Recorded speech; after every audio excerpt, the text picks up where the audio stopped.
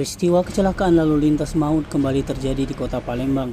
Kali ini seorang bocah SMP tewas setelah sepeda motor yang ditumpanginya ditabrak dan terlindas oleh truk tangki pengangkut aspal mentah.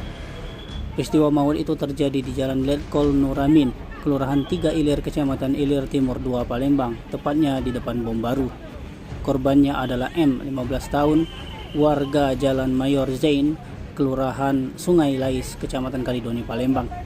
Saat kejadian, IM dibonceng oleh temannya saat menumpangi sepeda motor jenis Honda Beat dengan nopol BG 2316AEV. Kecelakaan itu terjadi di arah Simpang Kawah, Tengkurap menuju ke Simpang Bom Baru, Palembang. Sepeda motor yang ditumpangi korban ditabrak oleh truk tangki berwarna hijau dengan nopol BG 8420JD.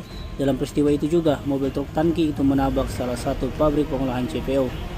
Kondisi dari jenazah IM sendiri tergeletak terkelungkup tepat di bawah ban depan truk sebelah kiri dengan kepala sudah remuk. Sementara satu rekannya yang mengemudikan sepeda motor maupun pengemudi mobil truk tersebut sudah diamankan pihak kepolisian.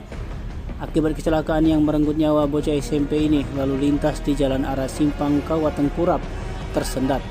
Kapolsek Ilir Timur 2, Kompol Desi Arianti yang berada di TKP menyebutkan pengendara sepeda motor mengalami luka serius.